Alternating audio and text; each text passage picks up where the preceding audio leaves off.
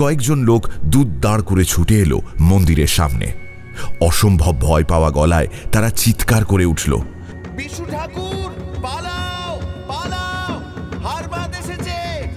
তারা আর এক মুহূর্ত দাঁড়ালো না, হুড়মুড় করে ছুটে গেল জঙ্গলের দিকে। হারমাদ শুনে বিষম চমকে উঠলেন বিশ্বেশ্বর। হারমাদের কথা তিনি শুনেছেন, সবাই শুনেছে, কিন্তু এদিকে তো কখনো হারমাদ আসেনি।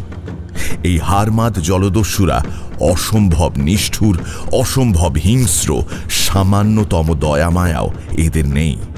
এরা মা বাবার সামনে সন্তানকে এক কোপে কেটে ফেলতে পারে, তারপরও আবার হা হা করে হাসে। আরো কিছু লোক ছুটে এলো এদিকে, তারাও ওই এক কথা বলল, পালাও, পালাও, বিশু ঠাকুর পালাও।